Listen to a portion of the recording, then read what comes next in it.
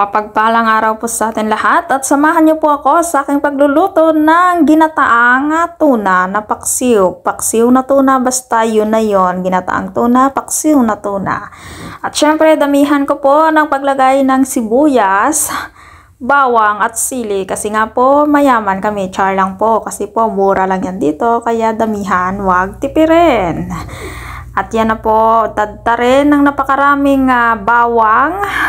At kasunod ng bawang, syempre, sibuyas. Ano pa nga ba? At kasunod ng sibuyas, naku po, napakaraming sili. Naku po, maanghang na maanghang po ito. At ito po ay yung kasunod ay asin. Dapat yung asin, konti lang kasi pangit naman pag maalat. Hindi na po makain ng maayos. At tadtarin rin po ng black pepper at syempre, tubig. At yung suka na hindi dapat mawawala kasi nga po paksiw nga po ito kaya hindi po dapat mawawala yan. At yan na po yung gata. Nako po, napakasarap. Hindi pa naluluto pero napakasarap na po tingnan.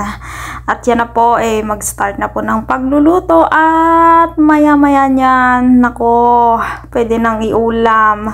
Pero kasi hindi ko pa siya makain kasi nga po fasting po ako. So mamaya ko pa siyang makain. So ayan, no, tingnan nyo guys, so napakasarap. Wow, sarap ng ulam ko mamaya. At kung ikaw hindi pa nakasubscribe ng aking channel, mag-subscribe ka na sa aking channel, Ives K. Velasco. Maraming salamat at mapagpalang araw po sa ating lahat.